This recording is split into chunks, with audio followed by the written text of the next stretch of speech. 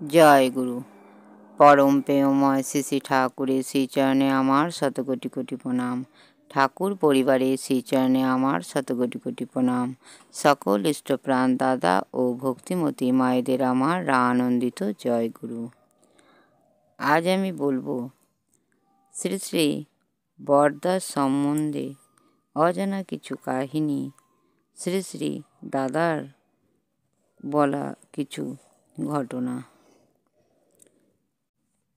বাবার কথা ভাবলেই চোখের সম্মুখে ভেসে ওঠে তার উজ্জ্বল দিব্য চেহারা, দীর্ঘকায় গৌর বর্ণ, অপরূপ সুন্দর রং তার এমনই যে যখন খালি গায়ে তেল মাখতেন তখন তার গলায় ঠাকুরের পরিয়ে দেওয়া সরু গলার চেন, যা তিনি আজীবন গলায় ধারণ করেছেন, যজ্ঞোপবীতের মর্যাদায় আলাদা করে দেখা যেত না। তার গায়ের রঙের সাথে সেই চেনের রং মিশে যেত। আজনুলম্বিত তার হাত দুটো, মোটা কবজি, দেখলে মনে হতো দুহাতে অমিত শক্তি ধরেন। বলিষ্ঠ তার পা দুটি। আমরা দেওঘরে আসার পূর্ব পর্যন্ত বেশ রোগা ছিলেন, তবু দেখলেই বোঝা যেত তিনি অসম্ভব শক্তিশালী পুরুষ।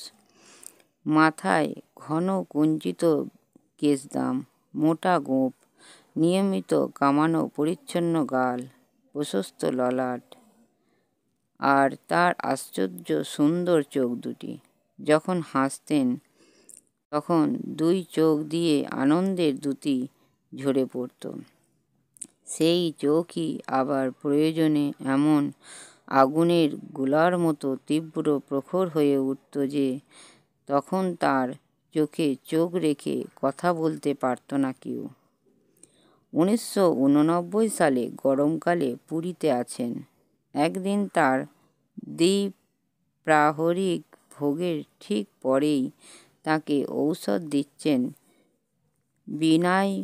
বিনায়কদা।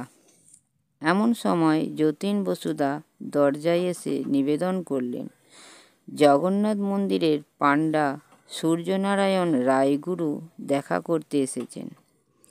পূর্ণ দৃষ্টি মেলে বাবা তাকে জিজ্ঞাসা করলেন, কি বলছিস? চোখ দুটো হঠাৎ বড় এবং উজ্জ্বল হয়ে গেছে তখন। ঠিক সেই মুহূর্তেই রায়গুরু পাণ্ডা দরজায় দাঁড়ালেন, জগন্নাথের আশীর্বাদী মালা হাতে নিয়ে। আসামাত্রই বাবার চোখের দিকে নজর পড়ার সাথে সাথে তিনি এক দৌড়ে দোতলা থেকে নিচে নেমে এলেন। যতীনদা পিছু পিছু নেমে তার চলে আসার কারণ জিজ্ঞাসা করলেন। তিনি বললেন, তিনি আর ওপরে যাবেন না। তার চোখা আঁখি দেখে ভয় করেছে। চোখা আঁখি মানে জগন্নাথ দেবের চোখ। বাবার চোখ দেখে তার মনে হয়েছে প্রভু জগন্নাথ তাকে দেখছেন। এরপরে তিনি বাবার কাছে কখনোই যাওয়ার ইচ্ছা প্রকাশ করতেন না। মাঙ্গলিক মালা প্রভৃতি আমার কাছে দিয়ে যেতেন। ওই পুরীতেই বাবা 1992 সালে আসেন। গৌহাটি থেকে কামিনী ডেকা সদল বলে দর্শন লাভ করার জন্য এসে সৎসঙ্গ বিহারের কাছে একটা হোটেলে আছেন। সেখানকার 12-14 বছর বয়সের এক হোটেল বয়ের সাথে খুব ভাব হয়েছে। একদিন তাকে কামিনীদা জিজ্ঞাসা করছেন, পুরীতে দ্রষ্টব্য কি কি আছে? সে বলল, প্রভু জগন্নাথ এবং মানুষ জগন্নাথ। কামিনীদা মানুষ জগন্নাথটা কি বস্তু জানতে চাওয়ায় সে বলল, খুব কাছেই সৎসঙ্গ মন্দিরে মানুষ জগন্নাথ আছেন। তার বিশাল চোখা আঁখি।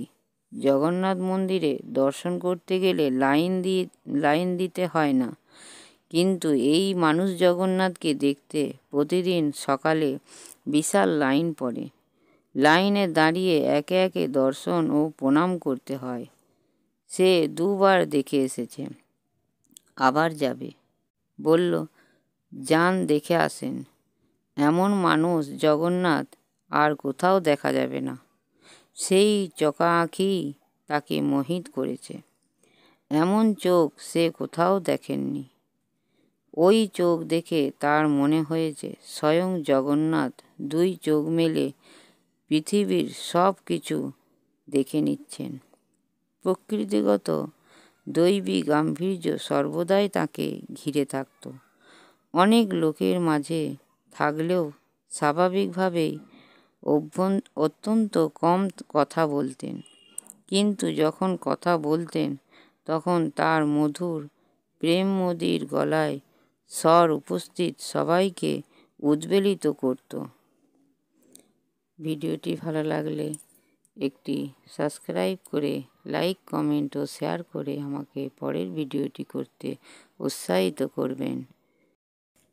পরম পিতার আতুল চরণে আমার প্রার্থনা, সবাই ভালো থাকবেন, সুস্থ থাকবেন ও আনন্দে থাকবেন। জয় গুরু। বন্দে পুরুষোত্তমম।